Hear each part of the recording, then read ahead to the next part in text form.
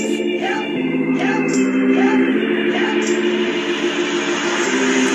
up? WrestleTalk 2018 with your host, the Chili Most, G-Funk, along with my buddy and partner in crime, Mr. X.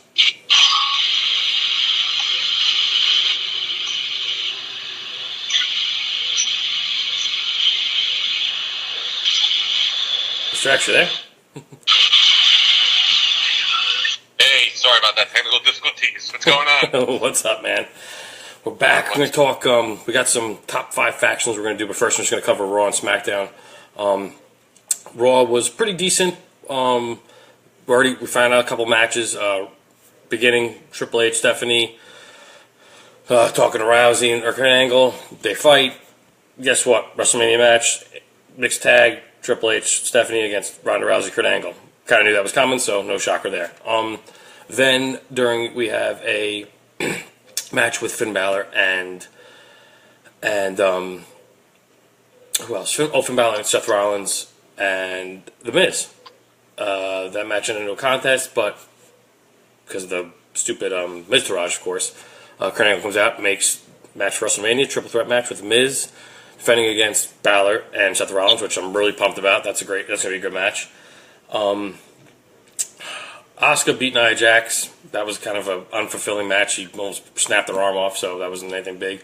I think the biggest part, John Cena talks about, I'm going to be winning Fastlane this weekend, yada this, yada that. What's up, John Wynn? John Cena talks, about that, and then Goldust comes out, which was stupid. He beats crap by Goldust. That was nothing big at the end. Heyman comes out. This, talks about, this and that. Brock Lesnar's going to beat your ass. Roman Reigns comes out, calls him a bitch. So pretty much, supposedly next week, which I think they're going to build it up where Brock's not going to show up until like the week before WrestleMania. He's just going to keep egging on. So because I think they're trying to build up for him to be more of the heel now and make Roman Reigns supposedly the big hero face. So like I said, that it wasn't really a couple of the matches in between. Nothing really that was the freaking what was that? Like I said, the Bar. Beat the Revival. Yet they have no opponent for WrestleMania. Hopefully, I think the Authors of Pain are going to come up and challenge them. I hope within the next week or two. But that's still up in the air. And then Strowman versus Elias in an instrument match, which was kind of stupid. Strowman, of course, kicked his ass. SmackDown results. Jinder beat Randy Orton in a good match with Bobby Roode getting interfering. The Fastlane pay-per-view is coming up this Sunday, so it should be good. Decent matches. Rusev challenged Nakamura. That skit was pretty funny. I know Mr. X said he didn't catch SmackDown, but you know how he hurt Aiden English last week in a match. Nakamura hit him in the throat, and he couldn't sing. So Rusev was saying, "Oh, Rusev Day." He was like, "I like to hear my buddy's voice sing about my day." And then Nakamura makes fun of him and goes, he's like, "Well, after I beat you fast, and it'll be Nakamura Day." And it was so funny, dude. That was like probably the funniest part of SmackDown was Nakamura saying Nakamura Day. That was like pretty funny. Becky Lynch beat Carmella, but that's the first time I've seen Carmella on TV in months, so I was just like, oh my god, Carmella's Miss Money in the Bank is actually on TV. Then they had AJ versus Ziggler, came to a no contest because Sami Zayn and Kevin Owens interfered. Yet Shane comes out, has a fatal 5-way, which is stupid since you're having a 6-pack challenge at Fastlane. They should just have a tag team match or just a couple separate matches. And then it was Sami Zayn, Corbin comes out, Ziggler, and AJ. And at the end, Sami Zayn freaking turns on Kevin Owens, gives him a Luba kick, and pins Owens and wins the match. But like I said, I don't know what's going to happen. 6-pack challenge. AJ's hopefully going to retain and fight Nakamura at WrestleMania. What else? That's it. Like I said, SmackDown was very uneventful. Besides, I think the Nakamura thing was the funniest thing of the night. And the Fatal 5-Way match was just a drawn-out match. Like they should have done the Fatal 5-Way. It should have just been a tag team match or just a regular one-on-one match with interference at the end, whatever. But it was just, I'm like, why are you doing Fatal 5-Way when you're doing a 6-pack challenge? At the upcoming pay-per-view, like they're wearing out these multi-man matches really quick. I think. Anything you have to say about any of those, Mr. X? Yeah, just with the multi-man match, I think the issue is you have a lot of TV to fill, and you have a lot of talent, and there's only so many matches you can do. And back in the day when you had WrestleMania, you'd have two guys face each other at WrestleMania, haven't interacted at all on TV other than maybe interviews and promos. Now, the time you get to WrestleMania, you have these guys wrestle in 3-way matches, tag team matches. Fuck, sometimes they become tag team champions. I think it was it WrestleMania 23 when it was Cena and Michaels? They won the tag team championship 2 weeks before. It was fucking stupid. And they watered down, they cannibalized their product by doing that. They created this dichotomous environment that just doesn't make any sense. But, you know, their formula's working and more profitable than ever, even though the ratings used to be. You know, they're and also, I heard a quick rumor. They did an interview with Cena recently, and he said he might not even be at WrestleMania this year because supposedly the Undertaker thing is definitely, they said, they don't think it's going to happen. And with Rey Mysterio now getting injured on an independent show, they don't think Cena has anyone to wrestle.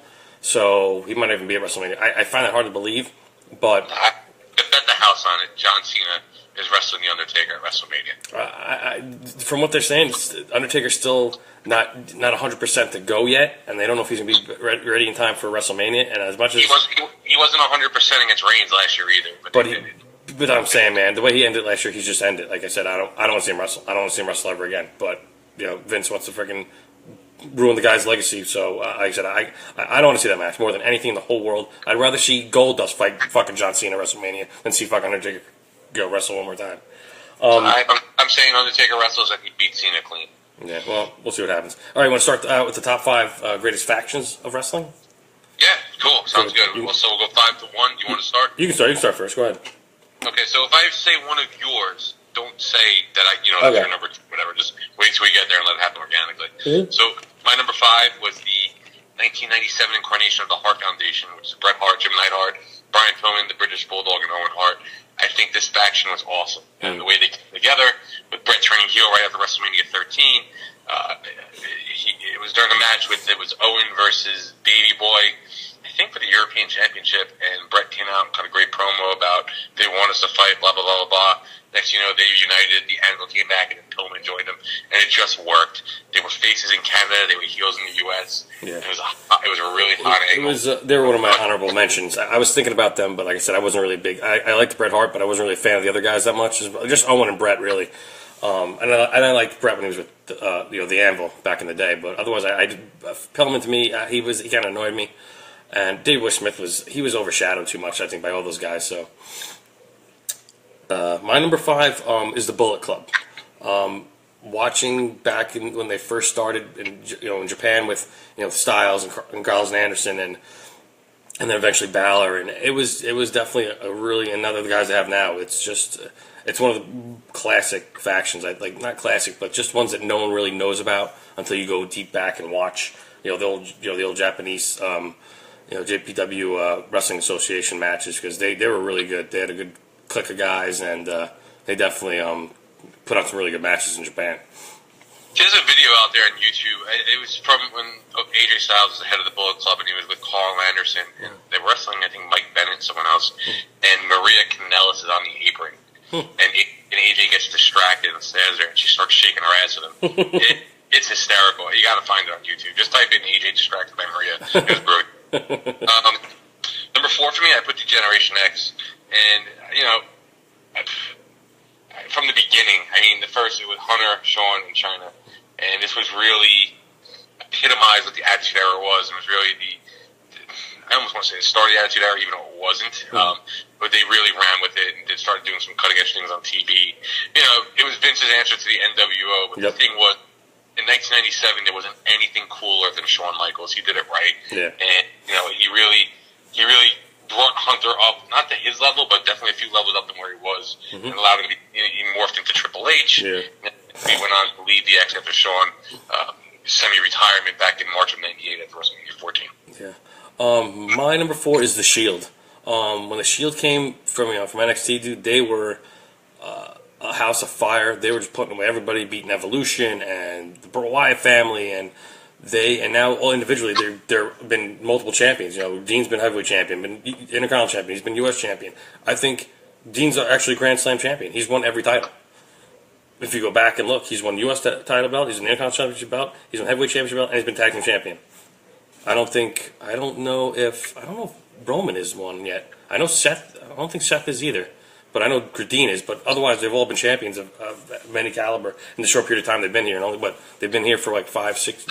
When they come? 2000 and what year did they come up? 2011, 2012. they've been here 6-7 years, and they've done so much. And reuniting this past year was great. And it wasn't for that long because Ambrose got hurt, but still, it was they're one of the most dominant factions I think in history. Yeah, they definitely came in with a rocket lit underneath them. Yeah. Number 3 for me, I put the Four Horsemen, and there's a lot of different incarnations of the Four Horsemen, but in this case, I'm talking about Flair, Lex, Arn, and Tully. That was really, in my opinion, the height of the NWA. Eventually, Lex switched with Barry Windham. Lex was a good guy, but I mean that was really when wrestling was wrestling in the NWA opposed to the cartoon world of WWF. Yeah, agreed. My number 3 was DX. Like you said before, they were, when it was originally, China and Shawn and Hunter. But then when they reincarnated them and brought X-Pac and the New Age Outlaws, it brought them to a whole new level, I think, just adding those guys as well. Because they were already huge to begin with. But when you added those 3 guys with X-Pac and, being close with Shawn and Triple H and then the Outlaws, who were just unbelievable. If it wasn't for DX, I don't think you never would have heard of Road Dogg, except for being affiliated with Jeff Jarrett and Billy Gunn being a smoking gun. Otherwise, they were one of the greatest tag teams ever. They won like 6 times or whatever it was. And, I loved, their beginning. Oh, you didn't know? Like, I loved their theme song. It was like probably one of the most catchiest, greatest ones. I loved enjoying. I enjoyed theirs a lot. And they had some crazy matches. So, like I said, the DX was just, besides the original 3, once they added those other 3 guys, it was amazing. Yeah, my number 2, and it was the theme song I played in the beginning, was Evolution. Flair was, done with his career. Hunter was on top of his game. But you had a young Randy Orton put into this big spotlight. Yeah. And Batista, who was, I think at the time, 36 years old, and, a rookie in the business. And those two just got so escalated right away. Interesting fact, I believe Batista was not supposed to be in that spot. It was supposed to be Mark Jindrak, if you remember him. Yes. And actually even recorded promos of them walking as a group. You can find them somewhere on the internet. But then something happened, and they replaced Jindrak in the group, and I'm glad they did. Yeah, because he was not. I don't know, something about him. I don't like Batista was perfect for that group. He was the muscle. Jindrak was a big dude, but he didn't have the charisma like I think Batista had. My number 2 is the NWO. The NWO, with Nash, Hall, and Hogan, that was unbelievable. Like when that happened, the night that happened, like I switched. Back in the day, there was no DVR. So we had and you could tape all you want, but I used to switch back and forth constantly between WWE and WCW because most of the guys are from WWE. I loved and went to WCW, so I had to see what was going on. So when Hogan turned, I was like, I think everyone, their grandmother, like almost had a stroke because I was like, my jaw literally hit the floor. I was like, you didn't expect it because he was always Mr. Red and Yellow and Mr. Good Guy. Say your prayers, eat your vitamins. Now he's with the bad Scott Hall and Kevin Nash, and it was awesome. And then but to a point, like when it first started, it was really great. But then after a while, they added too many guys and it just ruined it. I think. They came back to WWE. It kind of wasn't the same either. It was okay just because you got to see a couple of good matches. The whole Scott Hall Stone Cold match was kind of weak. I wanted to see Hogan actually fight. Stone Cold, but that never happened. I thought it would have been better of a match because those guys were like the top 2 guys ever in WWE history in my book. So I thought the match would have been a lot better. Granted, the Rock Hogan match was still good, but the fact the Hogan Scott Hall match was just stupid. Yeah, for me, my number 1 was your number 2. The original incarnation of the NWO, Hogan, Hall, and Nash. I mean, the booking, the promos, the black and white, it was just cool. It was really cool. And they were doing things that weren't being done before. So, I think that they watered themselves down over time. When you started adding Scott Norton and Virgil and everyone else to the group. But the early days of the NWO, in my opinion, is the greatest faction of all time. Yeah. My number 1, I think, was your number 3. I had the Four Horsemen. The Horsemen doing with the originators. They up until like I said, from watching WCW in the early '80s, there wasn't really any of the factions around except for the Four Horsemen. There was I have an honorable mention of the Dangerous Alliance with Stunning Steve Austin and Rick Rude and who was the other guys? Shit, I can't remember the name. Bobby Eaton. Oh yeah, him and there was somebody else. And Paul Heyman was like the manager or whatever. So that was a great alliance. And then my other honorable mentions were Evolution and the Hart Foundation. Arn Anderson was the other member. Yeah, Arn Anderson. but it was still they were the originators. They were they had everything they had. Flair was the style, Arn Anderson was the muscle, and then you had Tully Blanchard and Barry Windham were just perfect. Barry Windham was great. He was good on the mic as well. And Tully was great in the ring. With him and Arn were like one of the greatest tag teams in WCW in the '80s. So, like I said, I think the Four Horsemen they were a step ahead of everybody else. Like Ric Flair was the innovator of the factions. So I think those were the best four. But that's it for factions. You got some emails? Yeah, I got a couple emails and one voicemail. It looks like Teofilo Callio just wrote in, "The greatest faction of all time is the New Day. How you can say otherwise is blasphemous." I'll tell you right now, New Day is awesome. They're not. They're getting to a point where they're going to be up there when it comes to factions. When they finally break up, or when they ever when they retire down the road, they'll be one of the greatest factions because for the tag team championships they've won individually. They're not as great as the other factions because the other factions had really great individual talent. The NWO and D-Generation X. They had great individual guys who won championships. Kofi's the only one who's actually won championship individually. I don't think Xavier Woods or Big E has won individual championship besides Kofi. So if I said down the road, once they're done and they finally break up and they're retired, I think they're going to be one of the great factions. Not now, but they're getting there. I look at them as more of a comedy act. I don't know. Gary Cohn from Long Island. If Vince made you Booker, what are 3 immediate changes you would make? For WrestleMania? Just as, I don't know, in total interpretation. So you're head Booker. What 3 changes overall would you make? Doesn't necessarily need to be for WrestleMania. Well, I'm going to say WrestleMania. I assume that's what he was asking since he didn't put anything in particular. I'll tell you right now, I don't want to see Cena and Undertaker. That's the biggest one I don't want to see. That's top priority. I'd rather see Cena fight anybody else. Like I said, if Jeff Hardy comes back, maybe Mysterio's not coming back anytime soon. I'd like to see Samoa Joe fight Cena, but I don't really know Samoa's injury. I don't think he's going to be back until after WrestleMania, so that kind of sucks. I'd rather see a ladder match of some sort at WrestleMania for the either Intercontinental Championship or the Tag Team Championship, which would be really cool. One of those two would be great. Like I said, they haven't done many ladder tag team matches since Edge and Christian and Hardys and Dudleys. So that would be really good. I'd like to see one of those matches, a tag team ladder match for the Raw Tag Team Championship, probably. And then there's the women's match. I'd like to see Becky Lynch in one of the championship matches, just because she's been, she's won the championship once, maybe once, twice. I think she's only won it once. And she's a good wrestler. She's entertaining. She's hot. She's got to be in a match. Like throw on a triple threat with with Charlotte, or just have her in a match with somebody, or make her steal Carmella's Money in the Bank. I don't know, but Becky Lynch is definitely underutilized. I think out of any woman on the roster right now. But those are those 3 I would pick. Yeah, I don't have much of an opinion on it really. Arjun Singh of Delhi, India. Any news on when Great Khali will be back? Will you be covering the 50-man Royal Rumble in Saudi Arabia? I am thinking of going. Not wrestling related, but how do you feel about your president ostracizing the U.S. and being viewed as a joke as the poor in your country get poorer? Well then, Great Khali, dude.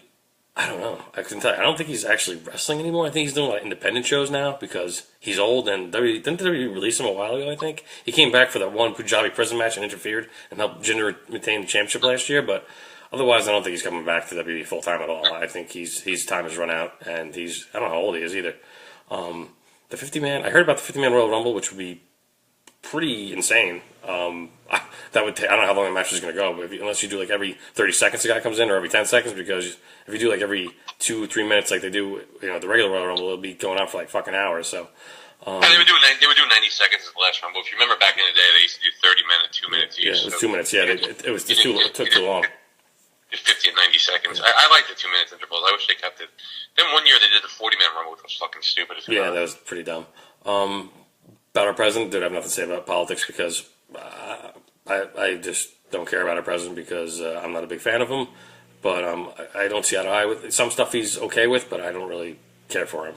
And some things I'm okay with him, but I'm really on the fence with our president.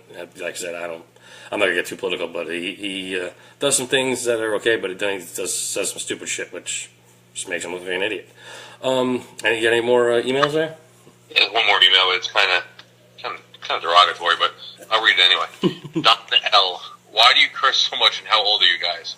I banned my son from watching you idiots. I'm sorry. I hit the thing right by accident. Go ahead. What was that? Why do you guys curse so much, and how old are you? I banned my son from watching you idiots because it's mind-numbingly stupid. Well, I'm 42 years old, and I can curse if I fucking want to. And if you don't want your son to watch it, then don't.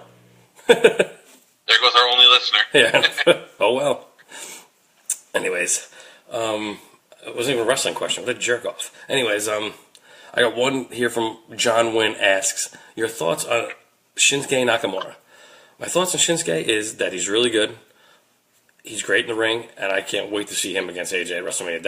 I'm telling you right now, that match is going to steal the fucking show. Like I said, if they put it on anywhere towards the end, if they put it on in the beginning, it'll probably, like I said, you don't want to put it on the beginning. Because you put it on in the beginning, the rest of the fucking roster is going to be like, our match is going to suck compared to their match. Because I'm telling you, their match is going to be awesome.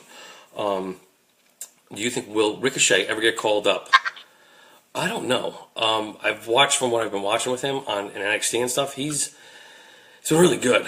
I don't know if it's going to happen anytime soon because there's so many guys in front of him, and they have so many guys on the roster now that are utilizing that they can't bring up anybody unless they're going to release somebody or someone gets hurt. So I don't know. They definitely bring up some guys either at WrestleMania or after. I heard. I don't know who in general, but hopefully someone good. Best looking female in WWE right now. Oof. I'm a big Sasha Banks fan, but Alexa Bliss is fucking smoking hot, and I think Mr. X agrees with me. Yeah, I like Alexa. Although Mandy Rose, I'm a big fan of too. Yeah. Favorite match ever? Holy shit, dude. Man, I have so many, dude. That's like asking to pick your favorite freaking food of all time.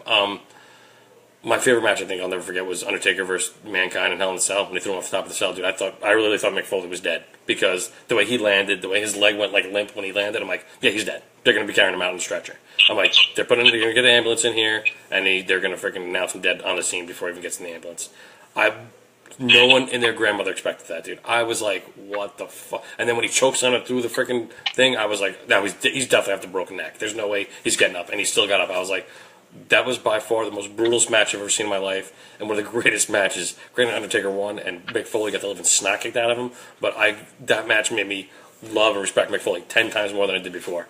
So, where do you get? Do you think the match was that good, other than the spot? I mean, I know it was memorable, but was the match that good? I thought the match was really good, dude, because the match itself, like they worked together already a decent amount, but that match with the, like I said, they didn't have to throw him off the top of the ring or choke him through the thing. It probably would have been a good match even if they did, but that made the match 10 times better than I thought it was going to be. Because we saw him wrestle so many times right up until that point. So to me, it was just like, all right, what are they going to do to freaking make the last few matches? Like, it was kind of like the great, like, out of their matches they had before that, like, that was the top, like, holy shit match. Like, what can we do to top what we did the last time? And they did, in my book. That was, like, their best match ever between them both. I think it's overrated. I mean, I think the best match, I think Michael's Undertaker at WrestleMania. Michael's Undertaker was really good, but but they did it too many times. They shouldn't have done it more. They should have just done it once. The fact they did it twice is stupid. I would have taken it 3 times. I could have. Then Punk and Cena hit Money in the Bank in Chicago. Just the heat in that match was unbelievable. And then Styles and Nakamura at New Japan at Wrestle Kingdom. Styles Nakamura was great. I think one of the greatest matches, Steamboat and Savage, dude, in WrestleMania 3. That match was fucking nuts. It went on. Yeah. It seemed like it was never ending, that match. Like, I thought when you thought someone was going to win, like something else happened. I'm like, holy shit! I'm like, is this match ever going to end? That match was the first really good match of that generation in WWF. You haven't seen him. There was one good match at a house show. It was on like one of the Coliseum videos. Yeah. It was Bret Hart versus Ricky Steamboat pre-WrestleMania 2, and that match too, as far as work rate's concerned. I highly recommend anyone out there if you can find it on YouTube. One of my other favorite matches was Bret Hart and Shawn Michaels at WrestleMania 12. That match was fucking insane, dude. That was like the fact they wrestled over an hour, and it was awesome, dude. It was like so dramatic, ups and downs. It was like one of the most unbelievable matches I've ever seen. The fact they went an hour and neither one of them passed out was mind numbing. He asks his next question: where do you get your news from? Do you know someone in WWE? I get my news from internet stuff, bro. whatever I can find. And no, I don't know anyone in WWE. I would love to know someone in WWE, but I don't. His last question is, this one's about you, Mr. X. Was Mr. X the same guy that wrestled Tito Santana at WrestleMania 1? Yes, I was. There you go. There's your answer, Mr. Wynn. But that's all the emails I have. Do you have anything else, or is that it? There's one voicemail. Hang on. Okay. This is Brent from DC calling back again. We just wanted to get your opinion on something. I heard you got this guy calling up every week, it seems like, talking about these GLBTs and Chris Canyon, enough of this kind of talking, this silly, militaristic stuff.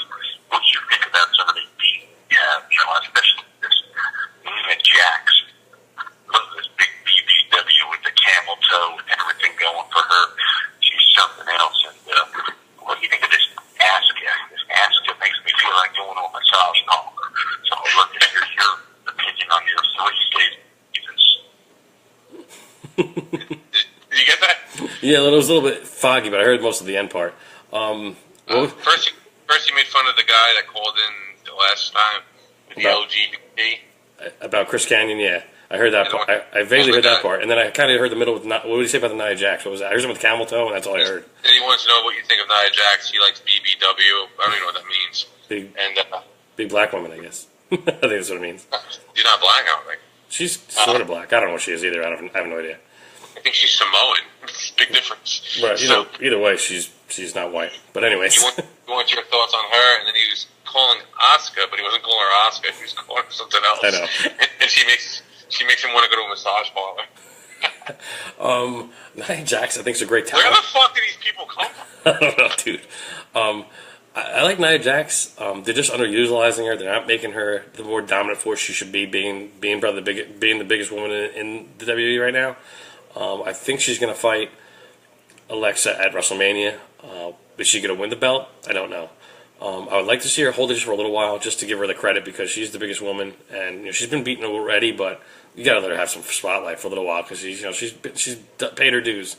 Asuka, I think, she's really a good character. She's got the little eccentric, weird. She's kind of like Nakamura, but in a female version to me. But she's definitely more submission wrestler.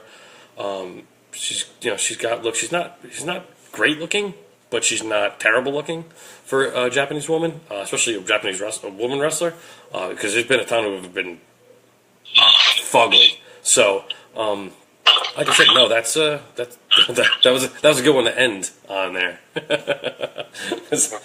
that guy definitely had some good, made me laugh a little bit, so that was good.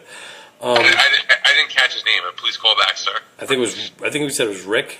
I at the beginning, I think it was Rick. I heard it vaguely through the monitor, but anyways. But you got anything else to add? Fastlane. I don't know. We want to do a Fastlane pre-show, or what do you think, Mr. X? Yeah, probably. We'll see if my availability. I mean, we should definitely do one, whether or not I'll be able to make it or not. I'm traveling again. Yeah. I get out of. I guess I'll be doing one solo then if I have to. Yeah, we just probably preview it, and then we'll come back and do the recap after. Yeah, I'm gonna try to get. If you can't join, my special co-host. He knows he's actually watching right now, and I might get him to join. Hopefully, down the road, if he wants to come on. He's very shy, so I might maybe give him the call in with a quick take on maybe Fastlane this week if I can persuade him. But otherwise, I'll probably just go solo. Not Mike Rappaport, is it? No, I haven't heard from him. So I was hoping he'd email me today so I'd have some kind of communication with him and see if I can get him to come on the show, but I haven't heard from him since last week. So that'd be really cool. That'd be cool, but I have someone else in mind. Anyways, guys, like I said, I'll do a Fastlane show probably Sunday, Saturday. I'll put an announcement out there. Check me out on YouTube now on G-Funk's Wrestle Talk. It'll be put on right after. I do this. I'm trying to do a simulcast where I can do both at the same time. Still looking into that because I would want to try to do both at the same time. But right now, with certain equipment, I don't have to do it. So I'm looking into something like that. But otherwise, comments, questions, emails at WrestleTalk2018 at yahoo.com and JerryGman2376 at yahoo.com. Folks, from me and Mr. X, enjoy your snowstorm if you're on the East Coast because right now there's nothing else to do. Shout out to my man, Dewey Humboldt. I don't know anything about NCAA, but the Yankees are going all the way this year, my friend. Shout out to you. Mr. X, always a pleasure. I'll talk to you soon, brother. Everyone else, we're out. We some Southern boys with the